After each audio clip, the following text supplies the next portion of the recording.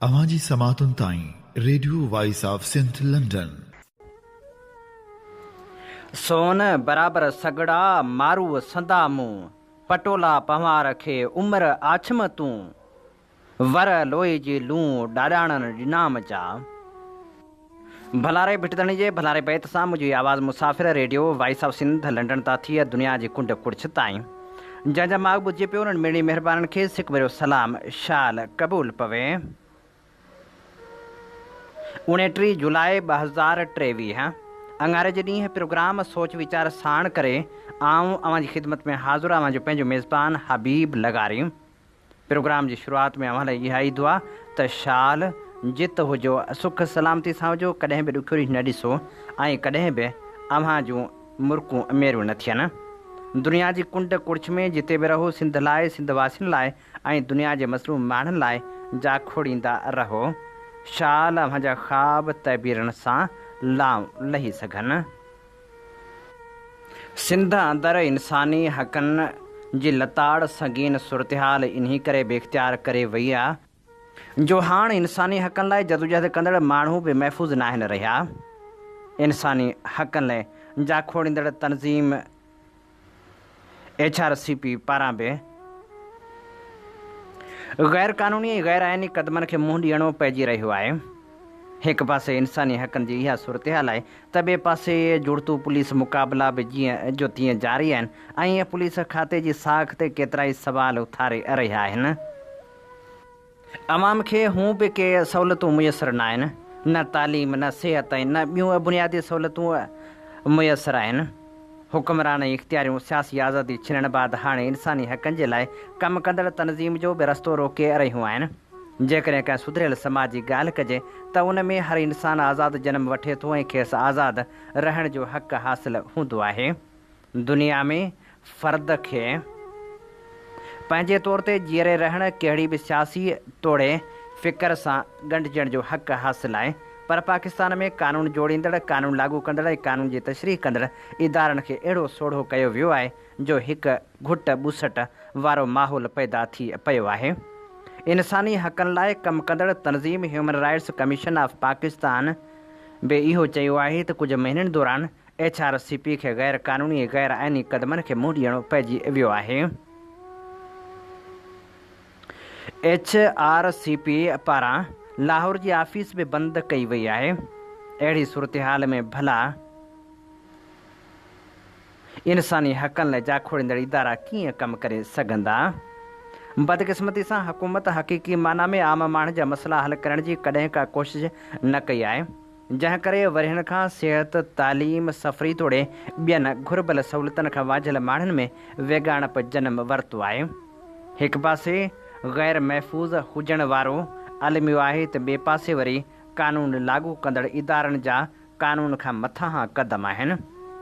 जेको कुझु सिंध में थी रहियो आहे उन ते जेकॾहिं नज़र विझिजे त अंदाज़ो थी वेंदो त क़ानून ख़ामोश आहे या घटि में घटि हू कंहिं ग़रीब गुरबे खे रिलीफ ॾियण में नाकाम थी वियो आहे ऐं लाक़ानूनियत आहे जेका हर पासे हुकुमरानी करे रही आहे। अहिड़ी सूरतहाल सां समाज में बदअमनी बि वधे थी। सिंध में रोज़ बदअमनी, चोरी, अगवा ऐं ॿियनि ॾोहनि जूं वारदातूं मामूलु बणियल आहिनि।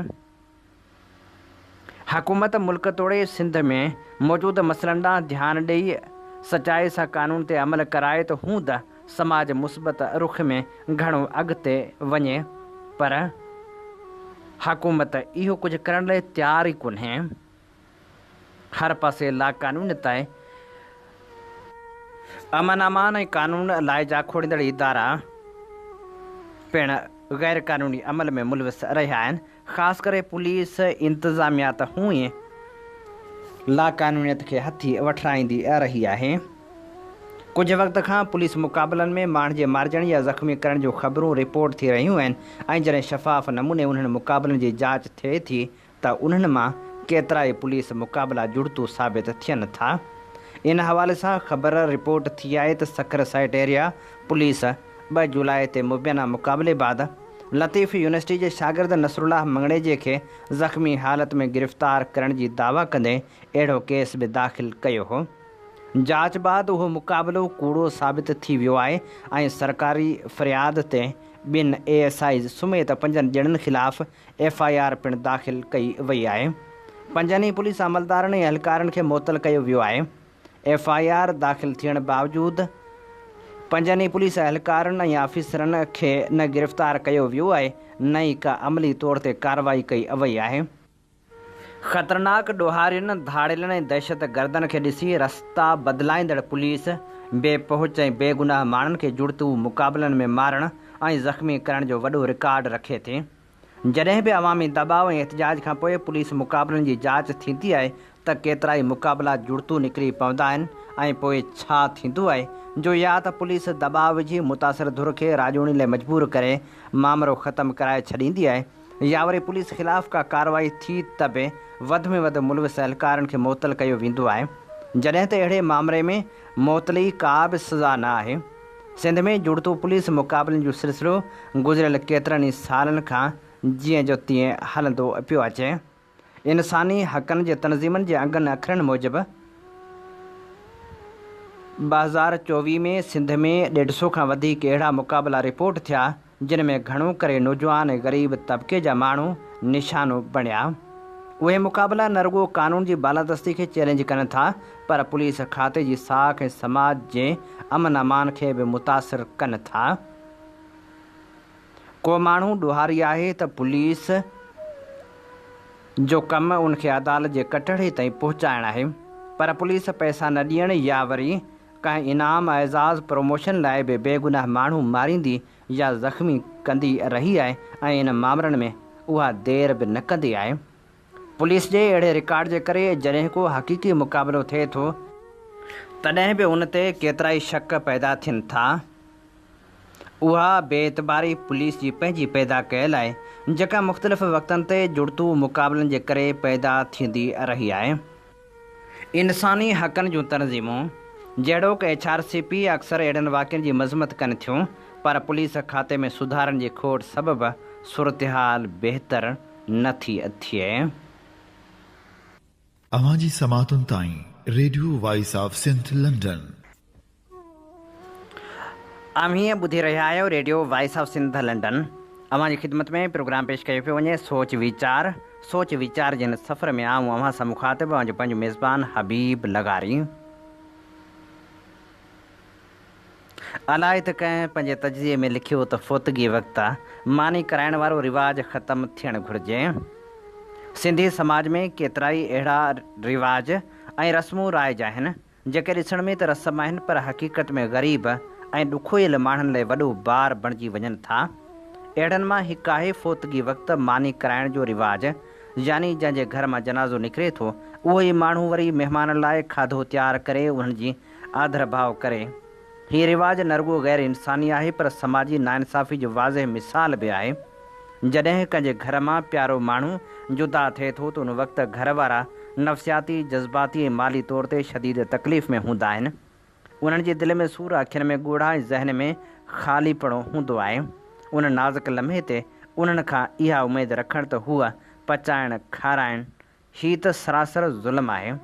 अहिड़ी रीति हिन अमल जे नतीजे में ग़रीब माण्हू न सिर्फ़ु माली तकलीफ़ में मुब्तला थींदो आहे, पर इज़त बि वञाए वेंदो आहे। छो त जेकॾहिं हू मानी न कराए त माण्हुनि जे ताननि जो निशानो बणिजे थो। जिन घरनि में फ़ाक़नि वारी हालति हूंदी आहे या जिन वटि रोज़ानी चुल्ह बि ॾुख जे करे विसामंदी आहे, उहे माण्हू जॾहिं कंहिं प्यारनि जे विछोड़े जो सदमो खणनि था त संदन वस्त हूंदो ई न आहे जो माण्हुनि लाइ खाधो तयारु कनि, पर समाजी दबाव माण्हुनि जे वातुनि ऐं रस्म जे नाले ते उन्हनि ते उहो बार विधो वेंदो आहे। केतिरा ई माण्हू कर्ज़ वठी सामान विकिणी या ॿियनि खां उधार वठी मानी कराइनि था, सिर्फ़ु उन लाइ त माण्हू कुझु न चवनि। छा ही इज़त आहे या मजबूरियुनि जो सौदो? इस्लामी तालीमियात में फ़ौतगी वक़्तु मानी पचाइण फ़ौत थियल जे घर वारनि लाइ न, पर पाड़ेसिरनि, रिश्तेदारनि ऐं दोस्तनि लाइ आहे त उहे उन ॾुख वारे वक़्त में साणनि सहकार कनि। यानी शरीयत उहा ज़िमेवारी समाज ते विझंदी आहे न त मयत वारनि ते समाजी शऊर पैदा कयो वञे।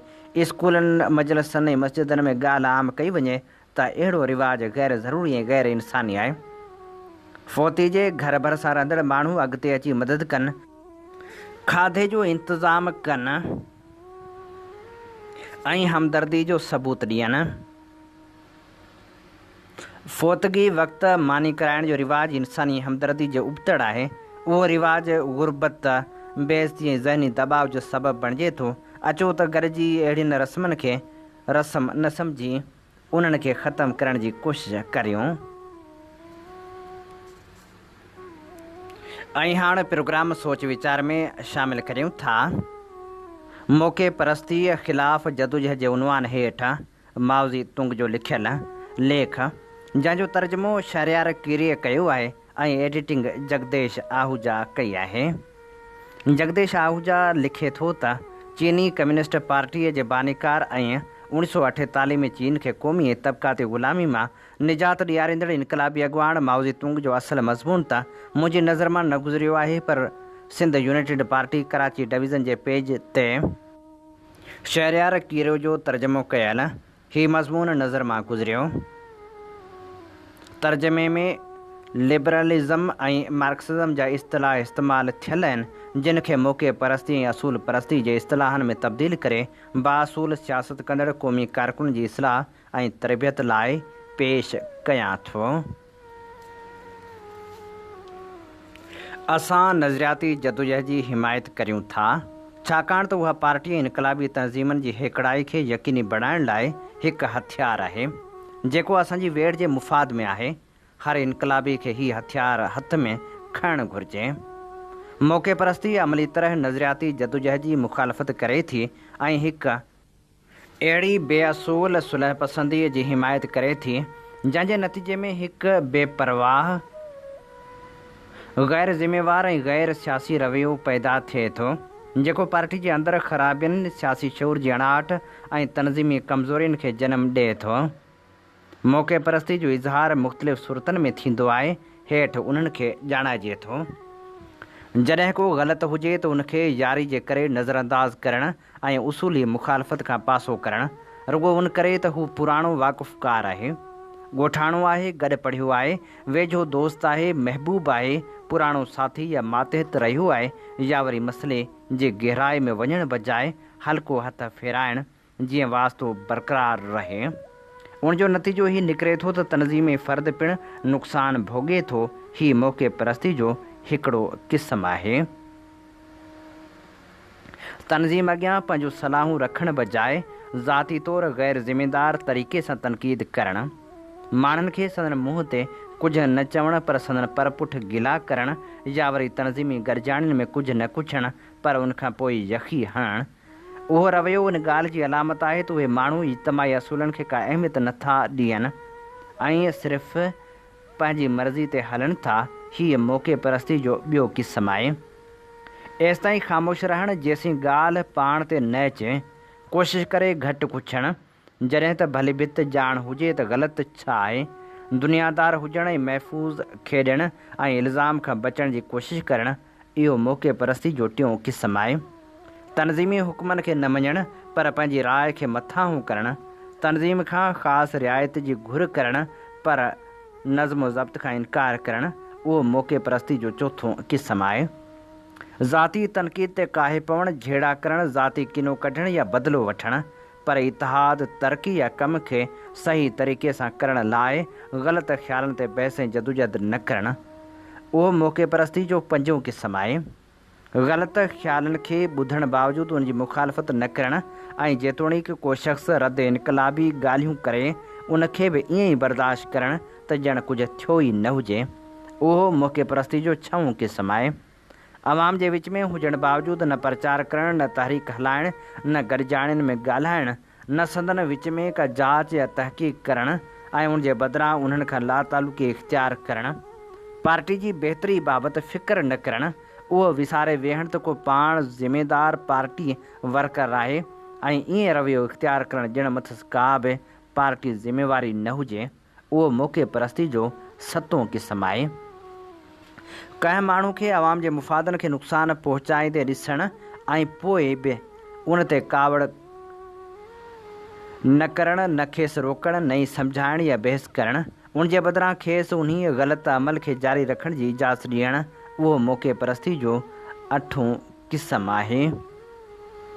बेदिली सां कमु करणु बिना कंहिं वाज़ह रिथाबंदी या रुख जे बसि रस्मूं पूरियूं करणु ऐं कम खे कीअं बि हलाइणु उहो ईअं आहे ॼण को चवे जेसि ताईं मां बख़्शू आहियां घिंड वॼाईंदो रहंदुसि। उहो मौक़े परस्ती जो नाऊं क़िस्म आहे। पंहिंजे पाण खे इनकलाब लाइ पार्टी लाइ वॾो कमु कंदड़ सम्झणु, पंहिंजे तजुर्बेकारी ते फ़ख़ुरु करणु, निढनि कमनि खे घटि सम्झणु जॾहिं त वॾियुनि ज़िमेवारियुनि लाइ पाण में सलाहियत न हूंदे बि अहल सम्झणु, कम में लापरवाही करणु, मुताले ऐं सिखण खां सुस्ती करणु उहो मौक़े परस्ती जो ॾहों क़िस्म आहे। पंहिंजे ग़लतियुनि ऐं कमज़ोरियुनि जी ॼाण हुजण बावजूदु उन्हनि जे सुधारे लाइ क़दम न खणणु ऐं ज़ाती मुफ़ाद परस्ती वारी अरवश इख़्तियार करणु उहो मौक़े परस्ती जो 11हों क़िस्म आहे। असीं ॿिनि जो बि ज़िक्र करे सघूं था, पर उहे 11 मुख्य क़िस्म आहिनि। उहे सभु रविया मौक़े परस्ती जो मुख़्तलिफ़ सूरतूं आहिनि। मौक़े परस्ती कंहिं बि इनकलाबी इज्तमाही तनज़ीम लाइ निहायत नुक़सानकार आहे। उहा अहिड़ो ज़हरीलो मादो आहे जेको इतिहाद खे ॻारे छॾींदो आहे, हम आहंगी खे नुक़सानु रसाईंदड़ आहे, बेहसी ऐं इख़्तिलाफ़ खे जनमु ॾींदड़ आहे। उहा इनकलाबी सिफ़नि मां मुनज़म तनज़ीम ऐं सख़्तु नज़्मो ज़ब्त खे पामाल करे थी, पॉलिसियुनि जी मुकमिल अमलदारी में रुकावट बणिजे थी ऐं पार्टी तनज़ीमुनि खे उन्हनि अवामी क़ुवतनि खां धार करे थी जिन जी अॻुवाणी करणु संदनि ज़िमेवारी आहे। मौक़े परस्ती हिकु निहायत ख़राबु ऐं ख़तरनाक रुझान आहे। मौक़े परस्ती ज़ाती ऐं गिरोही सोच ऐं मुफ़ादनि खे अवलियत ॾियण जे नतीजे में उसरे ऐं वधे विझे थी। उहा ज़ाती मुफ़ादनि खे अवलीन ऐं इनकलाबी मुफ़ादनि पार्टी मुफ़ादनि खे सानवी हैसियत ॾींदड़ आहे ऐं उन मां ई नज़रियाती सियासी ऐं तनज़ीमी मौक़े परस्ती जनम वठंदी आहे। बासूल सियासत कंदड़ वर्कर वटि वसीअ दिलि, साबित क़दम ऐं सरगर्म जज़्बो हुजणु घुरिजे। हिन लाइ पार्टी ऐं इनकलाब जा मुफ़ाद साह जीअं प्यारा हुजणु घुरिजनि ऐं खेसि पंहिंजा ज़ाती मुफ़ाद इनकलाबी मुफ़ादनि जे ताबे रखणु घुरिजनि। हू हमेशह ई हर हंधि उसूलनि ते बीही ग़लति ख़्यालनि ऐं अमलनि जे ख़िलाफ़ बेमिसाल जदोजहद करे त जीअं पार्टी जी इज्तमाही ज़िंदगी खे मज़बूत करे सघे ऐं पार्टी ऐं अवाम जे विच में लाॻापन खे मज़बूत करे सघे। हू कंहिं बि ज़ाती तालुक़ खां वधीक पार्टी ऐं अवाम जी परवाह करे ऐं पाण खां वधीक पंहिंजी पार्टी, पंहिंजे देश जे मज़लूम माण्हुनि ऐं मजमूई तौरु समूरी इंसान ज़ात जी भलाई लाइ फ़िक्रमंद हुजे, तॾहिं ई खे सचो इनकलाबी ऐं मिसाली पार्टी वर्कर चई सघिजे थो। मिड़नी, वफ़ादार, ईमानदार, सरगर्म ऐं साफ़गो इनकलाबियुनि खे गॾिजी असांजे विच में मौजूदु माण्हुनि जे मौक़े परस्ताणनि रवैयनि जी इस्लाह करणी पवंदी ऐं उन्हनि खे सही रस्ते ते आणण लाइ जदोजहद करणी पवंदी। उहो असांजे नज़रियाती मैदान जो सभ खां वॾो चैलेंज आहे। हीअ असीं अवां जी ख़िदमत में पेश करे रहिया हुआसीं माउज़ी तुंग जो तजियो, जंहिंजो उनवान हो मौक़े परस्ती ख़िलाफ़ जदोजहद। हिन जो तर्जुमो कयो हो शहरयार कीरे ऐं एडिटिंग कई हुई जगदेश आहूजा। अवां जी समातुनि ताईं radio voice of Sindh London. अमीं ॿुधी रहिया आहियो radio voice of Sindh London. अवां जी ख़िदमत में प्रोग्राम पेश कयो पियो वञे सोच वीचार जे हिन सफ़र में आऊं अवां सां मुखातिब अवां जो पंहिंजो मेज़बान हबीब लगारी। काछे जो कूंदर इंसानियत ऐं सिंध लाइ जाखोड़ींदड़ डॉक्टर करम रोस्तमाणी बि विछोड़े जो वरलाप ॾेई वियो। डॉक्टर करम रोस्तमाणी प्राइमरी तालीम स्कूल घंडतड़ मां 4 दर्जा पास करे नवाबशाह जे स्कूल में दाख़िला वरिती। Matric DC high school Nawabshah मां पास कया ऐं इंटर सचल सरमस्त कॉलेज नवाबशाह ऐं MBBS LMC जामशोरे मां पास कया। सियासी अदबी ऐं समाजी तौरु तमामु घणो मुतहरिक रहियो। लतीफ़ संगत सिंध जो मरकज़ी बानी मेंबर ऐं उहिदेदार बि रहियो। 1981 खां 1982 ताईं GA सिंध स्टूडेंट्स फेडरेशन जे मुख़्तलिफ़ उहिदनि ते रहियो। सिंध ग्रीन डेवलपमेंट ऑर्गेनाइज़ेशन जो बानी रहंदड़ डॉक्टर करम अली रोस्तमाणी कराची जे मुख़्तलिफ़ अस्पतालनि में मेडिकल ऑफिसर जूं ख़िदमतूं बि सरअंजाम ॾींदो रहियो। हुन 1000 खां वधीक मज़मून लिखिया जेके मुख़्तलिफ़ अख़बारनि में पिणु शाया थिया। हुनखे औलाद में 3 पुट ऐं 4 नियाणियूं आहिनि। उन्हनि में हिकु पुटु राजा, धीअ सूंह ऐं परी अमेरिका में ज़ेरे तालीम रोज़गार सां जुड़ियल आहिनि। डॉक्टर करम रुस्तमाणी सिंध जे सियासी मंडल में क़ौम परस्ती जो बहितर रोल अदा कंदो रहियो। डॉक्टर करम रुस्तमाणी खे भेटा पेश कंदे ख़ूबसूरत लेखक हुसैन सारंग लिखियो, हू इंतहाई प्यारो माण्हू, सिंध ख़ासि करे काछ जो सघारो आवाज़ हो। संदसि मरतीअ ते संसाक ऐं सारी सिंध सां ख़ासि करे क़ौमी कारकुननि सां अरमान जो इज़हार कजे थो। शाल संदसि जाखोड़ जो तसलसल जारी रहे। ख़ूबसूरत लेखक मोहम्मद बख्श ॾाहिरी लिखियो, सिंध सां अज़ली मुहबत कंदड़ डॉक्टर करम अली रुस्तमाणी सां ज़िंदगी जा काफ़ी साल गॾु गुज़रिया। उन दौर जूं सारूं पचारूं कंदे अखियुनि मां नीर वही पवनि था। डॉक्टर करम अली रुस्तमाणी न कॾहिं का आमिर अॻियां झुकियो, न वरी मुल्क जूं असल क़ुवतूं खेसि ख़रीद करे सघियूं। साईं जी एम सैद खां पोइ डॉक्टर करम अली रुस्तमाणी जे अखियुनि मां सिंध लाइ अलाए केतिरा भेरा ॻोढ़ा वहंदे ॾिठा। उन दौर में डॉक्टर करम अली रुस्तमाणी GS जो अहम किरदारु ऐं साईं जी एम सैद खे तमामु घणो वेझो हूंदो हो। अॼु जॾहिं विछोड़े ते सॼो ॾींहुं ॻोढ़ा ॻाणींदे गुज़रियो आहे, तॾहिं पंहिंजी लाइब्रेरी में पियल डॉक्टर करम अली रुस्तमाणी जूं 35 साल अॻु जूं तस्वीरूं ॾिसी रहियो आहियां। तस्वीरूं नवाबशाह प्रेस क्लब में प्रेस कॉन्फ्रेंसिंग जूं आहिनि। उन वक़्तु आउं संदसि हुकुम ते GS सिंध जूं प्रेस रिलीज़ूं ठाहींदो हुअसि। सिंधी नारी तहरीक तरक़ी पसंद विंग नवाबशाह यूनिट जी प्रेस रिलीज़ ठाहिण जो कम बि मुंहिंजे हवाले हूंदो हो। सिंधी नारी तहरीक तरक़ी पसंद विंग में संदसि भेण मारी सिंधी मरकज़ ते हूंदी हुई। नवाबशाह नारी तहरीक में डॉक्टर करम अली रुस्तमाणी जी घरवारी ऐं डॉक्टर रुखसाना पीरीत चन्नड़, सायरगुल भट्टी, शनाज़ लाखो, सीमा ऐं समीना महर ऐं हिकु भंगवार कबीले जी छोकिरी तमामु घणियूं सरगर्म हूंदियूं हुयूं। डॉक्टर करम अली रुस्तमाणी सां यादगिरियुनि जे सफ़र जो हिकु तमामु वॾो सिलसिलो जुड़ियल आहे, जेको मरहलेवार लिखिबो। डॉक्टर करम अली रुस्तमाणी GS सिंध जो उहो मुतहरिक ऐं यगानो किरदारु हो, जिते सिंध जी धरती फ़ख़्रु कंदी रहंदी। खेसि उन दौर में नबीला शाह जे पुरस्रार मौत झोरे विधो हो, छाकाणि त नबीला शाह बि GS सिंध जी उहा कारकुन हुई जेका कॾहिं बि न झुके। तॾहिं साणसि गॾु 2 ॿारड़ा बि हूंदा हुआ।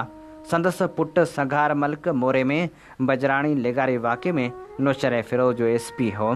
बसि उहे यादूं दिलि खे ग़मगीन कंदियूं रहनि थियूं। अॼु डॉक्टर करम अली रुस्तमाणी जे विछोड़े ते यादगिरियुनि जो सफ़र मूंखे बेहदि उदास करे रहियो आहे। डॉक्टर करम अली रुस्तमाणी खे भेटा पेश कंदे नामियारो साफ़ी नेमत खोड़ो लिखे थो, डॉक्टर करम रुस्तमाणी बि मोकिलाए वियो। उहा 1996 जी ॻाल्हि आहे। मां कॉलेज में पढ़ंदो हुअसि। उन वक़्तु जामशोरे कॉलोनी में न, जामशोरे फाटक जी एरिया में दोस्तनि वटि रहंदो हुअसि। हर रोज़ु उतां ई गुज़रणो पवंदो हो जिते डॉक्टर करम रुस्तमाणी जी क्लिनिक हुई। मतिलबु त जामशोरो कराची रोड ते बिल्कुलु गोलाई वटि। हिकु भेरे तेज़ बुख़ार में डॉक्टर वटि वियुसि, जेको उन वक़्तु ॾींहुं राति मौजूदु हूंदो हो। डॉक्टर चेकअप कयो ऐं दवा ॾिनी। हुन मूंसां ईअं ई कचहरी कई जीअं हर मरीज़ सां कंदो हो। ख़ासि तौर ते नौजवाननि खे ज़बरदस्त नमूने पियो हिमथाईंदो हो। डॉक्टर फीस न वरिती, दवा पाण ॾिनाई ऐं चांहि पिणु पीआरियाई।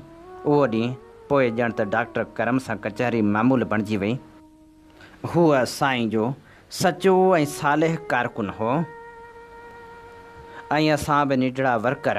उहो सिलसिलो डिघो अरसो हलियो ऐं पोइ डॉक्टर साहिबु जामशोरे खे छॾे कराची हली वियो। कुझु महीना अॻु वाही पांदी यूथ कॉन्फ्रेंस में वञणु थियो त वापसी ते साईं यूसुफ रुस्तमाणी असां सां गॾु आयो।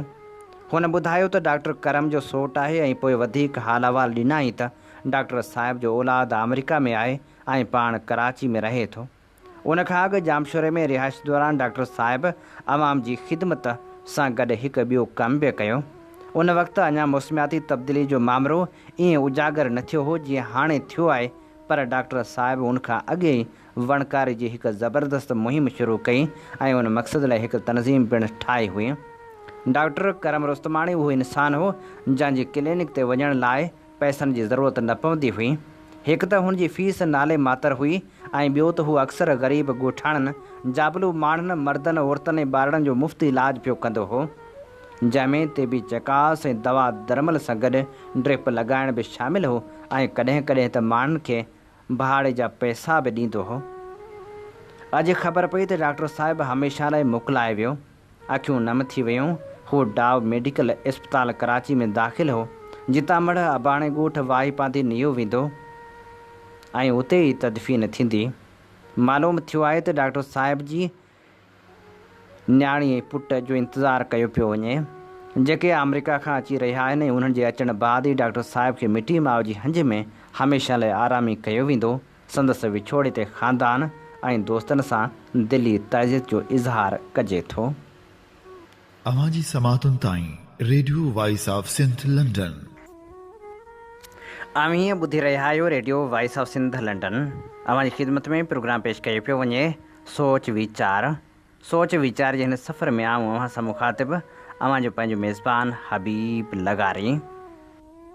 अॼु 29 जुलाई सिंध ऐं सैयद जे आशिक़ा मुदबर कानूनदान क़ौम दोस्त ऐं बेबाक इंसान हफ़ीज़ कुरैशी जी वरसी आहे। असीं अॼु भेटा पेश करण लाइ संदसि तारुफ़ अव्हां जी ख़िदमत में पेश करियूं था। नामवर सियासतदान एडवोकेट हफ़ीज़ कुरैशी अलमारूफ़ चाचा हफ़ीज़ कुरैशी हाला जे मशहूर काज़ी ख़ानदान मां काज़ी शफ़ी मोहम्मद जे घर में 26 जुलाई 1920 ते जन्म वरितो। अञा हिकु साल जो मसोत संदसि वालिद गुज़ारे वियो। खेसि 2 वॾा भाइर मोहम्मद बचल ऐं काज़ी फज़ुल्लाह हुआ। वालिद जे लाॾाणे सबबि संदसि समूरी परवरिश ऐं तरबियत वॾे भाउ काज़ी मोहम्मद बचल कई। हुन रिवायती तालीम पंहिंजे ॻोठ ऐं भरपासे में हासिलु कई। सेकेंडरी तालीम टंडे बाग़े हाई स्कूल में वरिताईं, जिते संदसि हम सबक़ हाकिम अली ज़रदारी, काज़ी भले ॾीने जो फर्ज़ंद अब्दुर्रहीम जुणेजो ऐं काज़ी अब्दुर्रहमान कुरैशी हालाई रहिया। हफ़ीज़ कुरैशी मैट्रिक जो इम्तिहान बम्बई यूनिवर्सिटी मां ॾिनो। उन दौर में मैट्रिक जो इम्तिहान बम्बई यूनिवर्सिटी वठंदी हुई। उन बाद BA पढ़ण लाइ मुंबई वियो, जिते संदसि मुलाक़ात बरख दानिश्वर प्रोफेसर करार हुसैन सां थी, जंहिंजे असर हेठि ग़ालिब ऐं इक़बाल जे फ़िक्री उॾाम ऐं शाइराना रमज़नि खां आगाह थियो। प्रोफेसर करार हुसैन जी सोबत में अलामा इनायतुल्लाह मशरक़ी जी ख़ाकसार तहरीक में शामिल थियो। उन ज़माने में पढ़ियल लिखियल ऐं मुतहरिक माण्हू ॿिनि मकतब ऐं फ़िक्रनि खां मुतासिर रहंदा हुआ। हिकु थियोसाफ़िकल सोसाइटी ऐं ॿी अलामा मशरक़ी जी ख़ाकसार तहरीक। मुंबई मां BA करे अचण खां पोइ कराची लॉ कॉलेज मां LLB करण सां गॾु सिंध मदरसे कराची में उस्ताद तौरु पढ़ाइणु शुरू कयाईं। उन ज़माने में कराची नेवी में बग़ावत थी ऐं माण्हुनि जा अंबोह टावर ॾांहुं वधणु लॻा त उन्हनि में हफ़ीज़ कुरैशी ऐं जमाल अबड़ो बि शामिलु हुआ। जॾहिं सरकारी अहलकारनि शीलिंग कई ऐं गोलियूं हलायूं त हुन जमाल अबड़े खे पुठी ॾेई भॼण बदिरां पुठिएं पेर भॼण जी सलाह ॾिनी त जीअं गोली लॻे त पुठी में न पर छाती में लॻे। हफ़ीज़ कुरैशी LLB जी तालीम मुकमिल करे मास्तरी छॾे आराम बाग वटि ऑफ़िस क़ाइमु करे वकालत करणु लॻो। 1958 में खेसि लतीफ़ सां शनासाई डॉक्टर नबीबख्श ख़ान बलोच कराई। फील्ड मार्शल अयूब ख़ान जे मार्शल जो ज़मानो हो। कराची खां हैदराबाद सफ़र दौरान डॉक्टर नबीबख्श ख़ान बलोच सां ट्रेन में मुलाक़ात थी, जंहिं ग़ालिब ऐं अलामा इक़बाल सां संदसि चाह ॾिसी खेसि लतीफ़ शनासी खां आगाही ॾिनी। अॻिते हली GM सैद खां बि लतीफ़ शनासी हासिलु कयाईं ऐं सॼी ज़िंदगी लतीफ़ी रंग मथसि चढ़ियलु रहियो। हुन जी गुफ़्तगू ऐं तक़रीर में मंतक़, इस्तदलाल, लतीफ़ी लात ऐं क़ुरान जूं आयतूं गॾिजी हिकु मोसर रंग पैदा कंदियूं हुयूं। GM सैद खेसि सिंध जो अबुल कलाम लक़ब ॾिनो, जॾहिं त हू क़ौमी तहरीक में चाचा हफ़ीज़ कुरैशी जे नाले सां सुञातो वञे थो। हूअ क़ौमी तहरीक में हिसो वठण सबबि केतिरा भेरा जेल वियो। बेनज़ीर भुट्टो जे पहिरें दौर में हूअ GM सैद जे सिंध जे दौरे दौरान सखर मां गिरफ़्तार थियो ऐं सिंध जे मुख़्तलिफ़ जेलनि में रहियो। 1970 वारे ॾहाके में रसूल बख्श पलीजीअ सां गॾिजी सिंधी अवामी तहरीक ठाहियाईं, जंहिंजो पाण सदर ऐं रसूल बख्श पली जो सेक्रेटरी हो। पर पलीजीअ साहिब जा GM सैद सां इख़्तिलाफ़ ॾिसी खांइसि धार थी वियो। हुन जा शहीद ज़ुल्फ़कार अली भुट्टे सां बि वास्ता हुआ। साणसि गॾिजी सिंध जो दौरो कयो हुआईं, पर संदसि सियासत सां इख़्तिलाफ़ रखियाईं। जॾहिं भुट्टो साहिब इक़्तिदार में आयो त हफ़ीज़ कुरैशी खे वफ़ाक़ी वज़ारत जी आछ कयाई ऐं चयो वियो त खे सिंध जे कंहिं तक तां चूंडायो वेंदो त हुन इनकार करे छॾियो। हफ़ीज़ कुरैशी कामयाब वकील हो। अंग्रेज़ी उर्दू सिंधी ते अबूर रखंदो हो, पर अरबी ऐं फ़ारसी जी बि सुठी ॼाण हुयसि। हू कमाल जो हाफ़्ज़ो रखंदड़, हाज़िर जवाब, मुदबर ऐं मानाख़ीज़ गुफ़्तगू जो माहिर हो। हू GM साहिब जो वॾो एतिराम कंदो हो, पर साणस हुजती बि ॾाढो हो। कॾहिं कॾहिं ज़ाती मामलनि में खेसि बि सभु कुझु चई वेंदो हो। हुन नानाणनि ऐं ॾाॾाणनि मां 2 शादियूं कयूं। पहिरीं घरवारी ख़दीजा कुरैशी मां खेसि 7 पुट थिया ऐं हुनजी वफ़ात खां पोइ ॿी घरवारी सीमा कुरैशी मां खेसि 1 पुटु ऐं 1 न्याणी थी। संदसि न्याणी 8 पुट तालीम याफ़्ता आहिनि, जिन मां 2 गुज़ारे विया आहिनि। हफ़ीज़ कुरैशी खे कुदरत औलाद ऐं जाइदाद सां ख़ूब नवाज़ियो हो, पर हूअ उन्हनि ॿिन्ही नेमतनि खां इंतिहाई हद ताईं लापरवाह रहियो। हीउ सचार इंसान पंहिंजी औलाद जी तालीम ऐं तरबियत जो सॼो क्रेडिट पंहिंजी ॿी घरवारी सीमा कुरैशी खे ॾींदो हो। हुन 29 जुलाई 1997 ते हैदराबाद में वफ़ात कई। संदसि वसियत हुई त खेसि सन में साईं GM साहिब जी पेरांदी खां दफ़नायो वञे, पर पोइरनि खेसि मख़दूम अरबी ॾियानी उर्फ़ शाह दियानी जे क़ब्रिस्तान में दफ़न कयो, जिते अब्दी आरामी आहे। हीअ असीं भेटाउनि जा गुलाब आछे रहिया हुआसीं। नामियारे क़ौमपरस्त अॻवान चाचा हफ़ीज़ कुरैशी खे। इन्ही ते ई प्रोग्राम सोच वीचार जो वक़्तु पुॼाणी ते पहुचे थो। पंहिंजे मेज़बान हबीब लगारी खे इन साॻी दुआ सां ॾींदा इजाज़त। वसे भिट तुंहिंजी भलारा सदा, सदा देस परदेस सारा वसन। कॾहिं सींद सिंध जी न मेरी थिए, कॾहिं मोड़ कंहिंजा न मुरझाए अचनि। अवां जी समातुनि ताईं radio voice of Sindh London.